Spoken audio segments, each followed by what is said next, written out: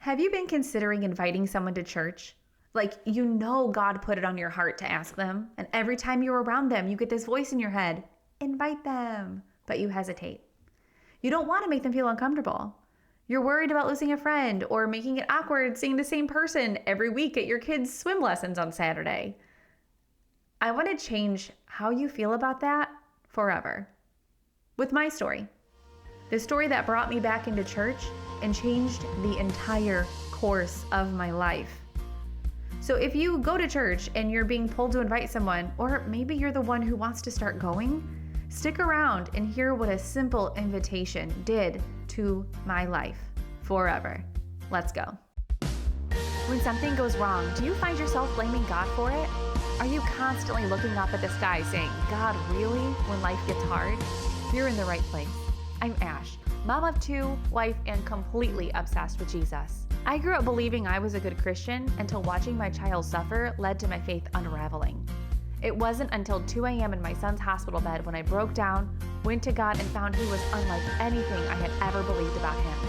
If you are ready to find your faith, heal your image of God, and grow with him spiritually, then grab that cozy blanket, open that Bible, and let's go God-seeking.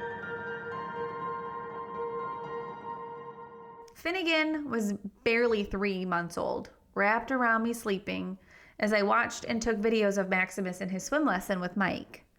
And Max was 2.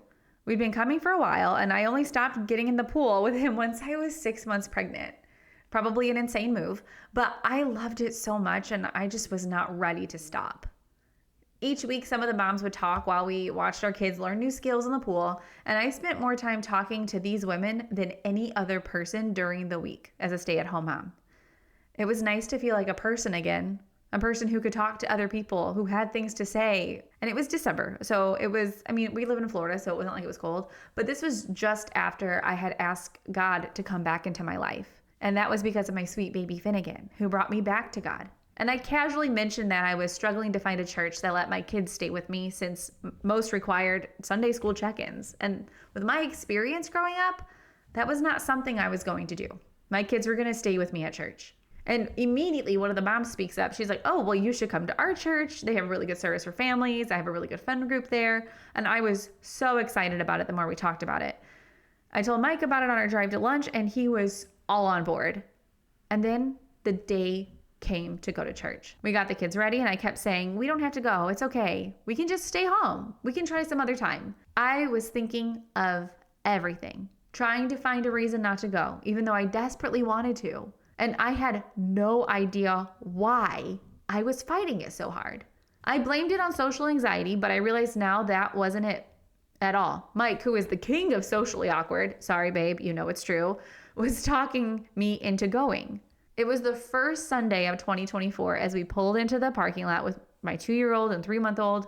So what does that mean? Well, naturally, we were late. Another excuse. But we still walked in. A song I had never heard before, one that is now the anthem of my worship to God, was playing, Praise by Elevation Worship. And I can't even think of the lyrics without welling up with tears. Each of us carrying a child into the gym of the church, surrounded by families just like ours. It felt so easy. And since that Sunday, the Sunday I argued every reason we shouldn't go and listed every excuse I could think of, probably the actual reason we were late, we've only missed a handful of services, only for sickness or vacation, because it became home.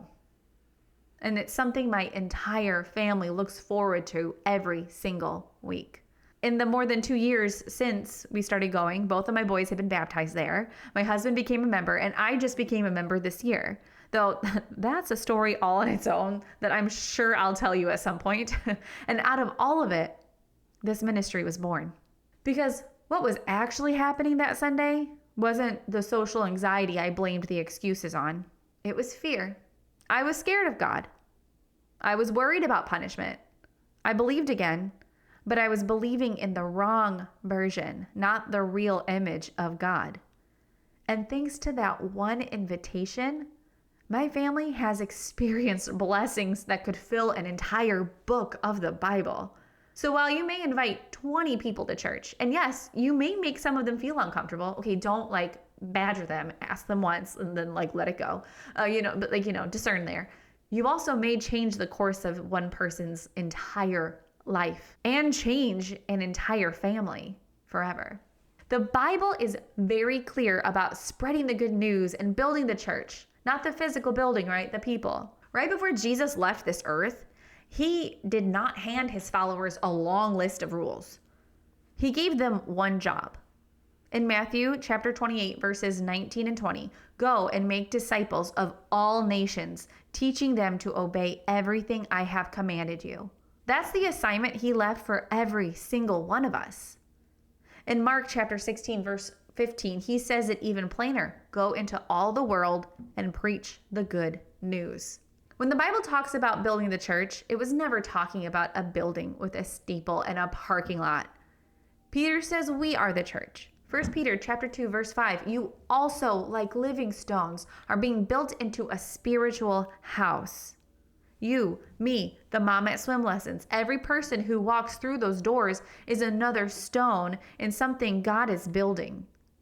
So when you invite someone or you want to go yourself, you're not just filling a seat, you're helping God build his house, one person at a time. But I know what you're thinking because I thought it too. What if they say no? What if it's awkward? What if I'm not the right person to do this? What if I shouldn't go into church? Maybe I should just stream it at home. Here's the thing. You don't have to have perfect words or a perfect performance or say all the things or comfort. You don't have to be able to answer every hard question, right? Like, no, okay. Nobody can. Nobody can answer every hard question about God because God is limitless. We could read the Bible front and back every single year of our lives, and we will learn. I learned this from my grandfather. You will learn something new every single time you flip that Bible open. Every time. Every time. And like, we used to joke about it as kids because he would open the Bible. He's like, oh, well, I don't remember seeing that before. And we're like, sir, have you read this Bible? Because he never put it down. Like, he never put down his Bible. He was always in the Word. And we used to laugh like, did you ever read this if you're just not picking this up? But I understand it now. He had it right all along. Keep reading the Bible because every single time you read it, you pick up something else. Romans 10 asks it simply. How can they hear without someone preaching to them? Like, it doesn't need to be a pastor or somebody who's been going to church their whole life. It doesn't need to be that. Sometimes it's just a mom holding a baby at the side of a pool. And when the invitation doesn't work, because let's be real, if you ask people, not everybody's going to go. When they say no, or not yet, or nothing at all, you are still doing your job. Because we are called to be the light. Right? Matthew chapter 5, verse 14 and 16, you are the light of the world.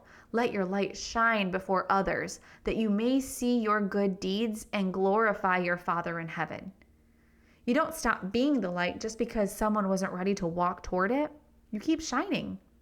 You keep loving them. You keep showing up at swim lessons, and you trust that God does the rest. You don't need to keep preaching about him or saying all the things, because at some point then you're going to make the relationship uncomfortable, and then like that's just going to ruin it all. Just exist with them and show them what it's like to have God in your heart. Now, if you are considering going to church, I know what it's like to not want to. I've had some really bad experiences in churches, and I struggled even going. Like, it took me, I would say, a few months before I was like, okay, no, like I'm good. I'm safe. And honestly, it was probably a year. It was a year before I really felt safe. I wanted to keep going, but it was I had to avoid certain parts of even that church because of my upbringing. And I know what that feels like. But if you keep going, God will show you that it's safe. Or maybe that it's not, right? Like, maybe that's not the right church for you, and that's okay. Like, you know, we're all a part of like the collective church, right? But every single physical church has its own thing. And you kind of just try it out, right? Like, maybe it works, maybe it doesn't. Maybe it's like not the religion for you. Maybe it's not the pastor for you, or you just whatever it might be. It's okay to try it on, right? Like, you go to a fitting room, you see a size 6 pair of pants on this hanger, you see a size 6 pants on this hanger. One of them's going to fit, one of them's not. That's just the reality. So a church is a church. No, you have to find your home church. And if one didn't work out, there are so many others. So take that to prayer. Take it to God. Help him help you see where your home might be. And honestly, if you are the one that is inviting people to church, remember that you planted the seed of church in 19 other people's minds. You've opened them up to consider it. Whether they take you up on it or not, it might be something they remember 10 years down the road, and that's what finally gets them to walk back through a church door. Because getting an invitation to something good, even when it feels scary, reminds someone that they're wanted. It reminds someone that they are cared about. So invite, ask, and if they say no, just keep being the light. Goodbye. I hope this episode helped you feel closer to God and recharged in your faith. I pray it validated and healed you in ways you didn't think were possible. If it did, would you share this episode with another mom who needs it? It would mean the world to me too if you would leave a review. Talk to you soon, friend. Now, go be mighty, Mom.